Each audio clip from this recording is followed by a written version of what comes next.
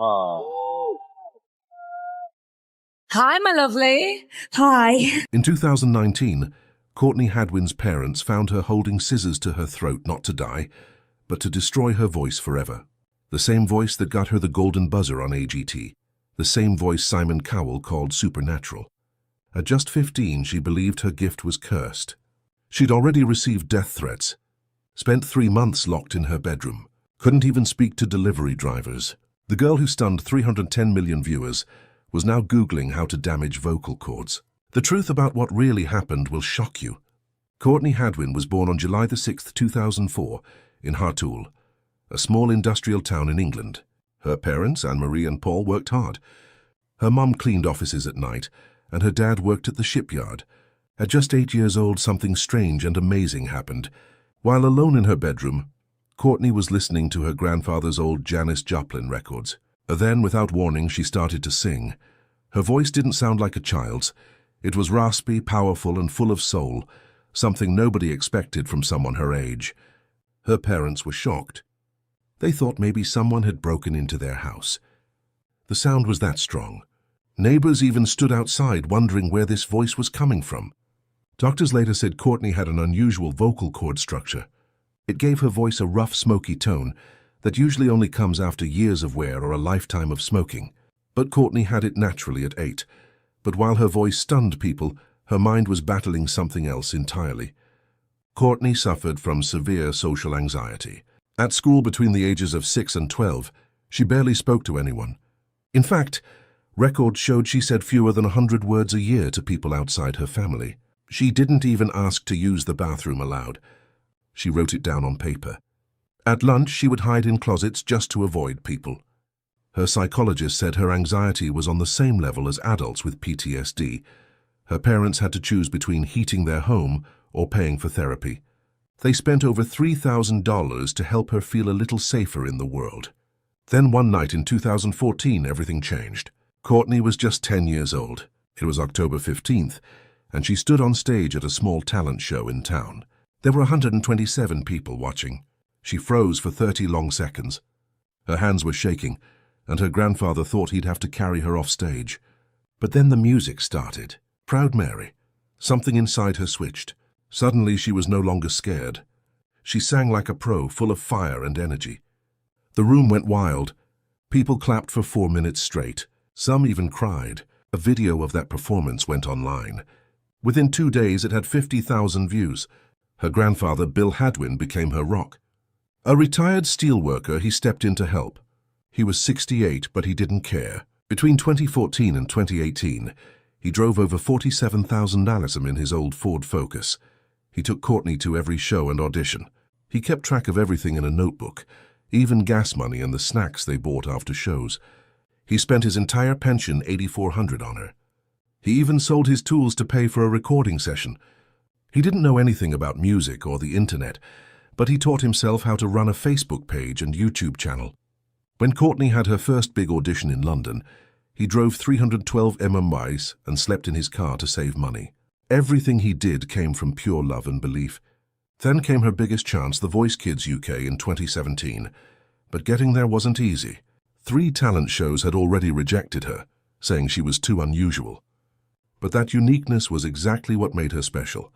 At 14, she was still shy and quiet off stage. But once the music started, it was like watching a different person. She became fierce and fearless. Producers tried to get her to sing a pop song. Instead, she picked Nutbush City Limits by Tina Turner, a song from 1973. She knew it was a risk, but she trusted her gut, and it paid off. The moment she started singing, the judges were stunned. will.i.am called her performance supernatural. He had seen thousands of auditions, but this one shook him. The other judges were silent, watching in disbelief as this shy teenager transformed into a rock legend. That moment went viral. People couldn't believe what they had seen. She kept performing with that same energy all the way to the finals, but she didn't win.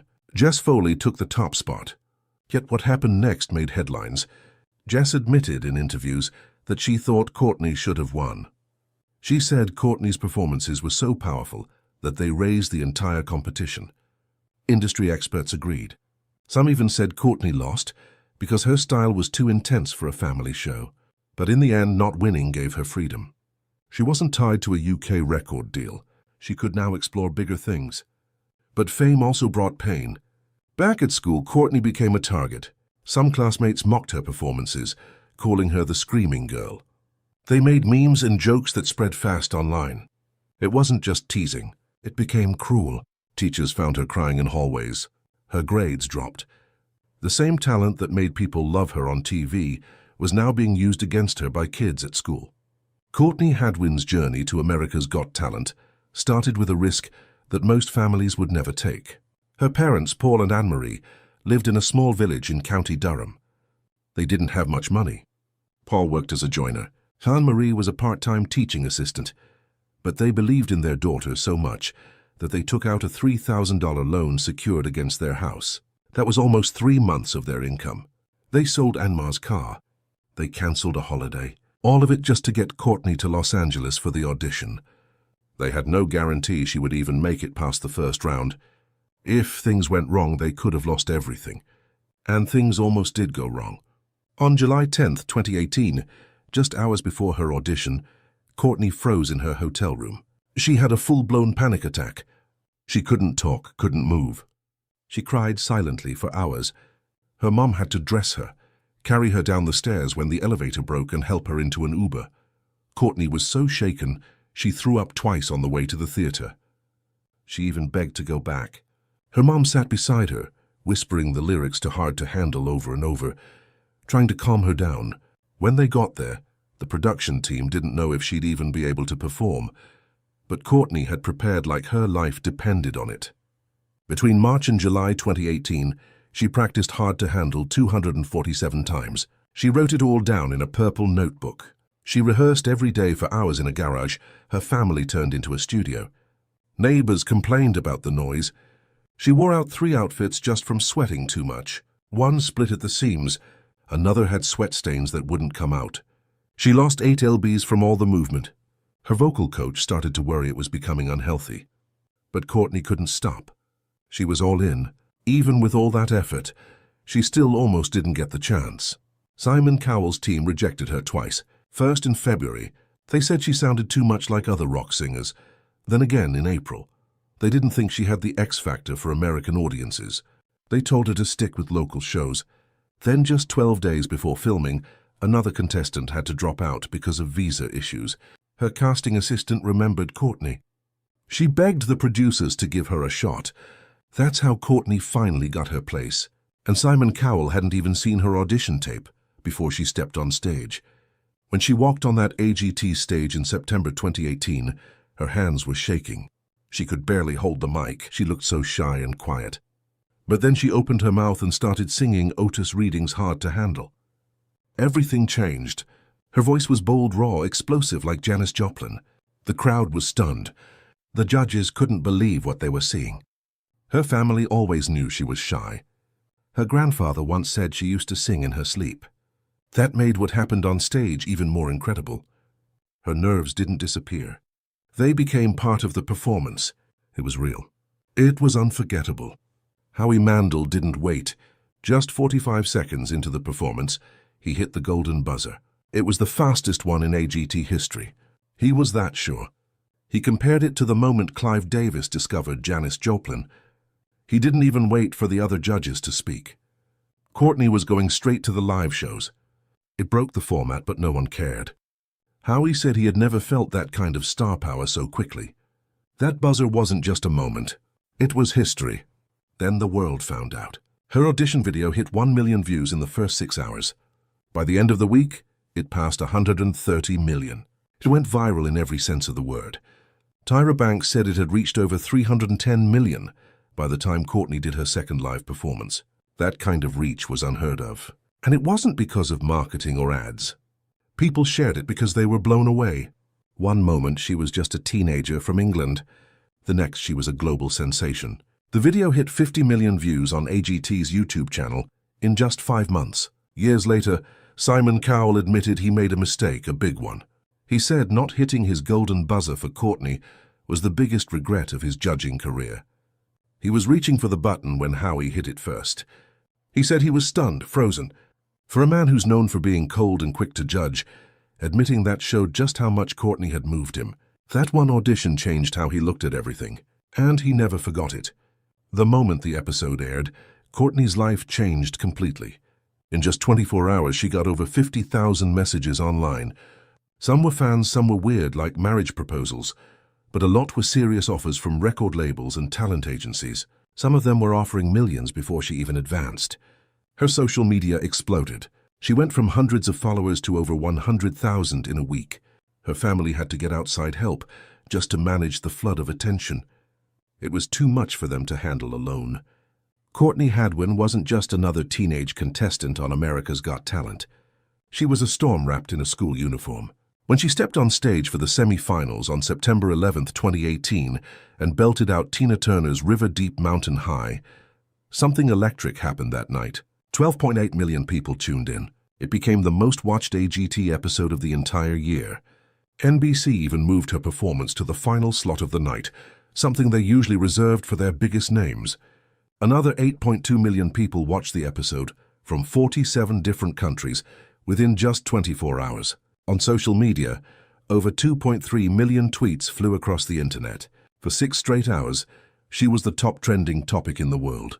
But what most people didn't see was what happened backstage. Courtney was just 14, and while her voice filled the room with fire, she was quietly fighting battles of her own. Panic attacks, anxiety, sometimes she couldn't breathe.